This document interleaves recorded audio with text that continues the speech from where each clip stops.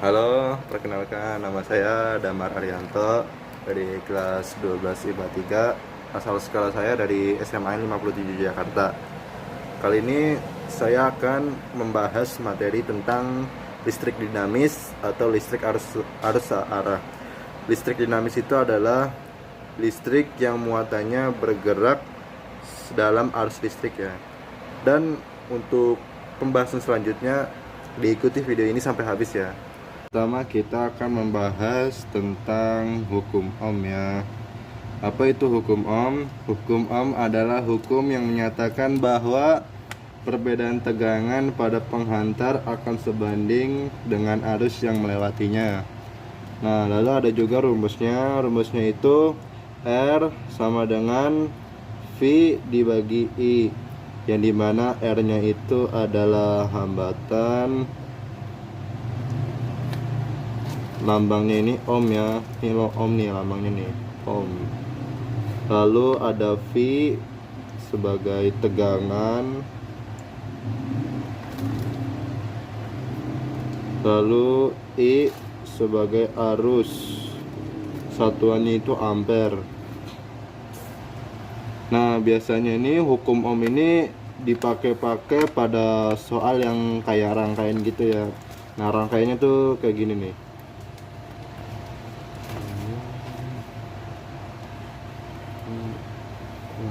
Pendek ini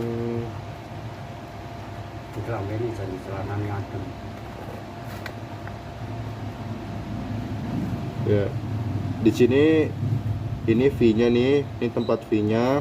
Nah, kalau yang ini nih, ini itu R-nya atau hambatannya. Nah, biasanya kalau di rangkaian kayak gini ada semacam arus gitu, arus yang melewati gitu. Nah, arusnya itu biasanya dari positif ke negatif ya. Ini positifnya yang panjang, kalau yang negatifnya ini yang pendek gitu. Ya, semisal di sini tegangannya nih 24 deh. Lalu di sini arusnya misal 8 ampere. Lalu ditanya R-nya tuh berapa gitu ya. Nah, masukin aja rumusnya, R sama dengan V dibagi I. Nah, V-nya tuh berapa? 24 dan I-nya itu 8. Berarti hasilnya itu sama dengan 3. Nah, disitu namanya satuannya ya, yaitu ohm. Nah, gini. Lalu biasanya hambatan itu juga bisa dipengaruhi sama ini nih. Rumusnya itu R sama dengan rho kali L dibagi A. Rho-nya itu hambat jenis, dan untuk L-nya itu panjangnya, dan A-nya itu luas penampangnya.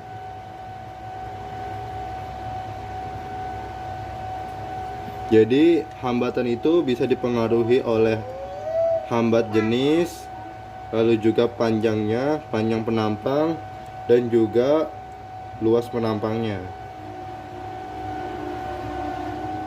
Ya, next.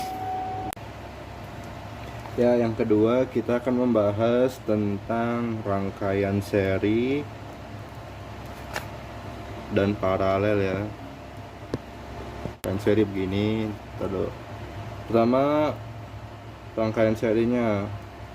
Untuk rangkaian seri itu bentuknya seperti ini kurang lebih ya.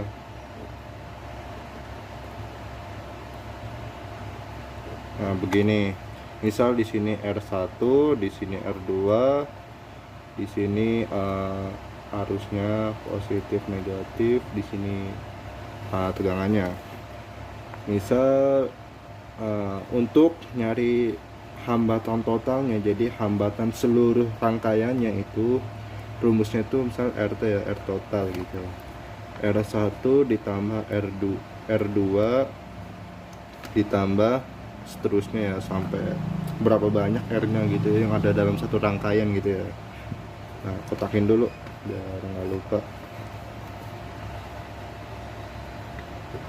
Pasti tahu ya, ini juga pelajaran pas lagi SMP pasti juga udah paham dong. Lalu yang kedua ada rangkaian paralel. Di sini contohnya begini.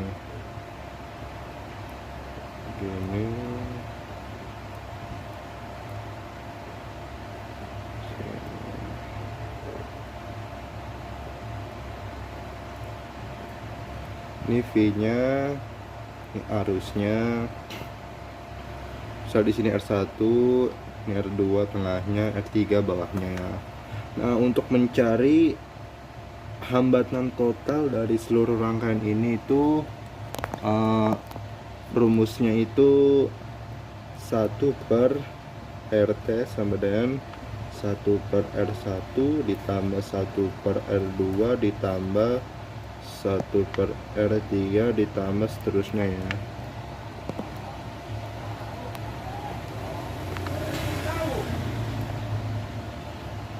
Oh iya, sedikit informasi. Ini kan V-nya itu kan dari positif ke negatif ya. Berarti itu kalau misalnya di sini misal di sini 10 volt gitu ya, di sini 10 volt. Berarti kalau di sini itu harus baliknya ini ke sini juga harus 10 volt gitu. Tapi untuk rangkaian seri ini di sini 10 volt. Nah, misal di sini ada gua kasih dat. Di sini titik A, di sini titik B, di sini titik C. Nah, kalau misalnya ditanya tegangan antara titik A sampai titik B itu berapa gitu ya, maka V-nya itu bukan V ini nih, bukan V ini, bukan. Jadi bukan yang dipakai, bukan V ini gitu. Jadi yang kita harus nyari V-nya dulu berdasarkan arusnya dan juga hambatan yang ada di sini nih gitu, hambatan yang di sekitar A sama B nya gitu ya. Misal begini contoh ya, di sini V nya misalnya itu 10, ini kasih titik A ya, ini misal 2 ohm, sini titik B, sini tuh 4 ohm, titik C ya sama, yang beda ya.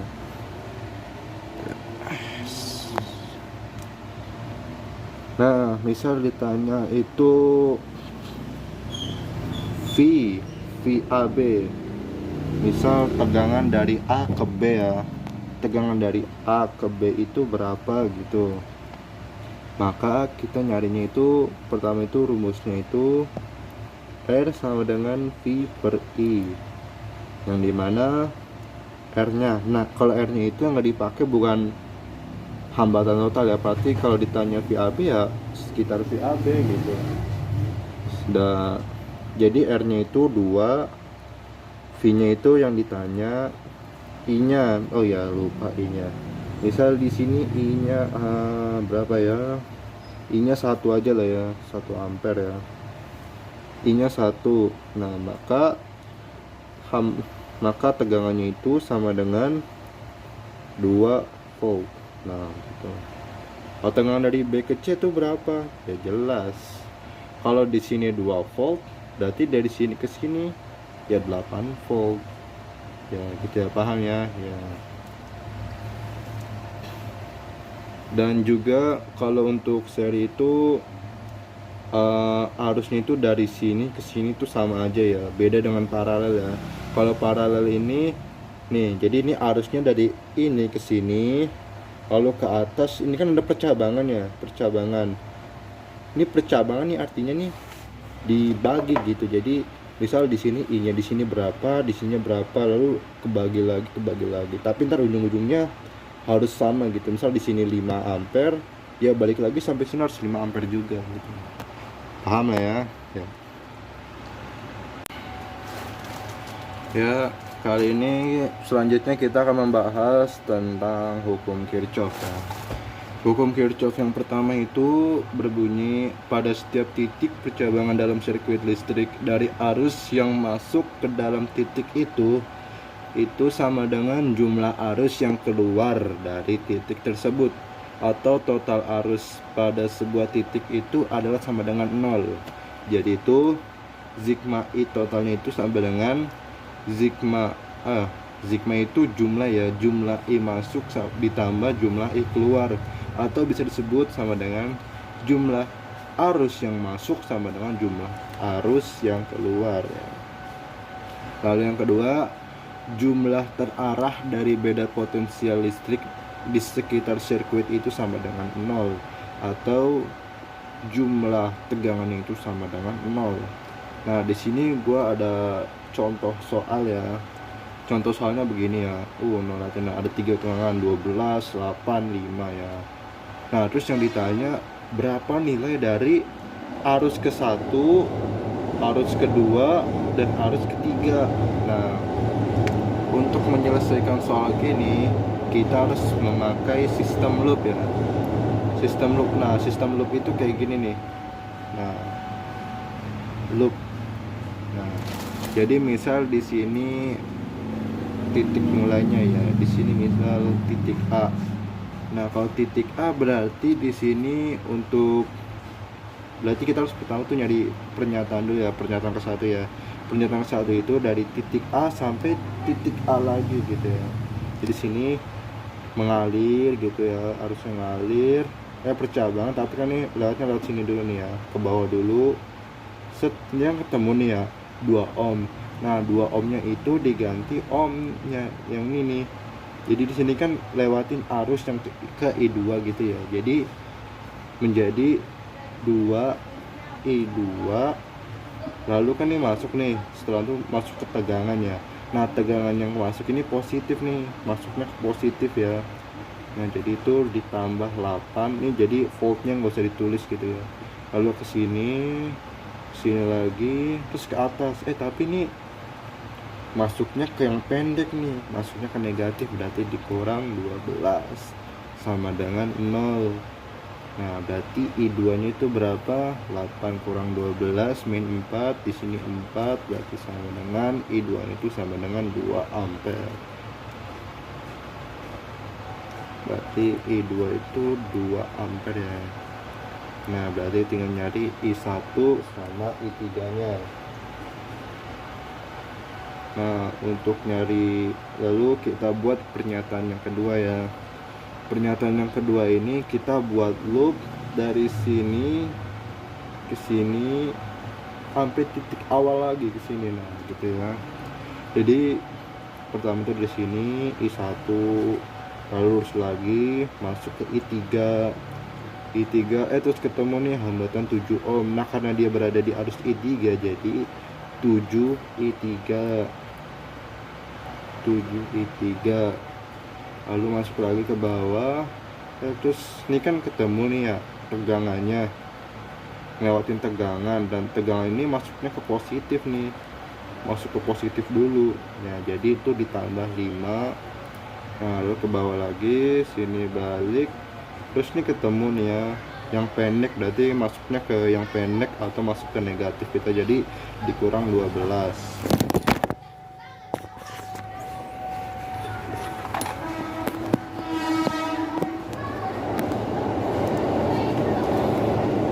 Nah, ini kan sama dengan 0. Lalu di sini 5 kurang 12 sama dengan 7, berarti I3 nya sama dengan 1 ampere. Nah, di sini nih kan I-nya tuh, I1 nya itu kan ngarahnya ke kanan ya. Pas lagi udah sampai titik ini nih, titik ini dia bercabang kebagi 2. Nah, yang bercabang kebagi 2 menjadi I2 dan I3. Nah, tapi setelah sampai sini pokoknya itu harus balik sama dengan I1 juga. Jadi itu bisa disimpulkan bahwa nilai I1 itu sama dengan I2 ditambah I3 ya. Oh ya, 1 ampere. I2 nya berapa? 2 ampere. I3 nya berapa? 1 ampere. Jadi nilai I1 nya itu sama dengan 3 ampere ya.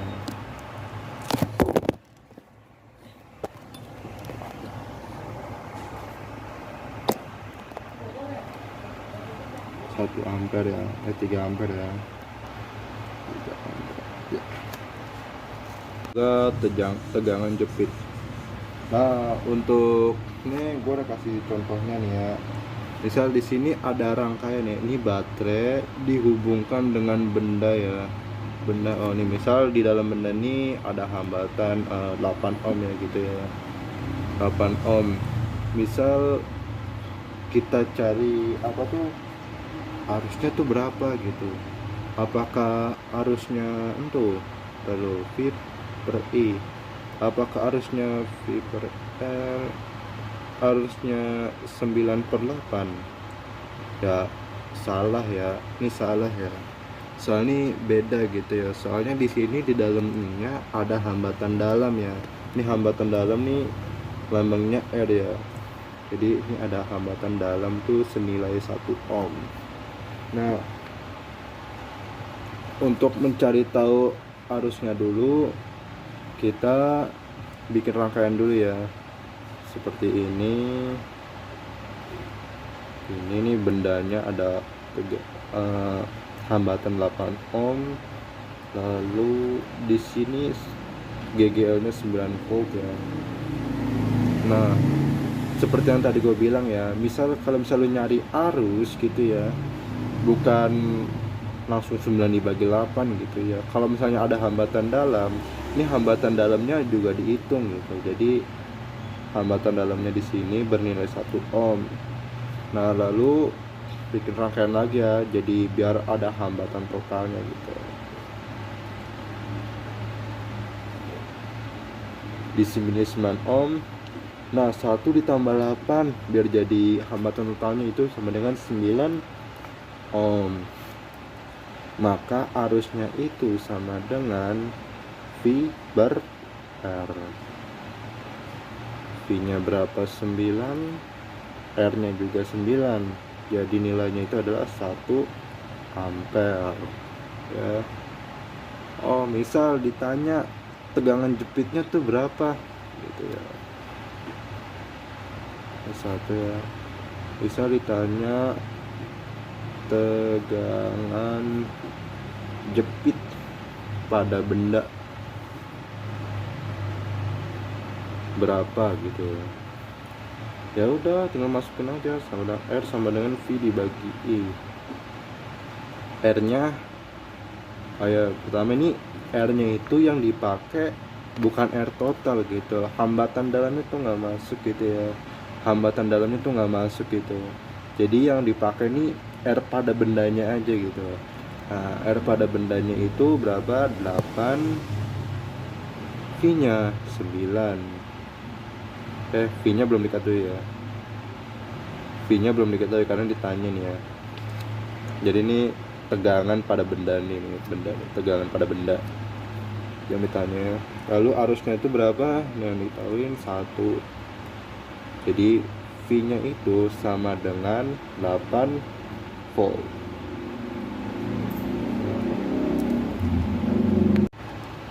Ya, oke, kita masuk ke pembahasan selanjutnya tentang energi dan daya listrik. Nah, rumus energi itu W sama dengan V dikali I dikali T. T nya itu waktu ya, kotakin dulu. Oh ya, keterangan dulu ya. W nya itu energi, satuannya Joule, V nya itu tegangan, I nya itu arus, satunya ampere, T nya itu waktu. Nah, lalu di sini juga ada, misal ada rumus juga nih namanya untuk mencari daya listrik gitu ya. Daya listrik tuh lambang itu P ya. P sama dengan W dibagi T ya. Nah, dari sini kita masih bisa otak-atik nih ya. Nah, di sini P sama dengan W-nya itu kita ganti namanya ya. Jadi V dikali I dikali T dibagi T. Nah, ini kan ada yang sama nih ya, T sama T. Nah, tinggal dicoret sama dengan P sama dengan V dikali I gitu ya. Oh, ini juga bisa di otak-atik nih. Ternyata bisa di otak-atik juga nih. P-nya itu nih bisa diatik-atik menjadi P sama dengan V-nya itu kan rumusnya untuk mencari V-nya.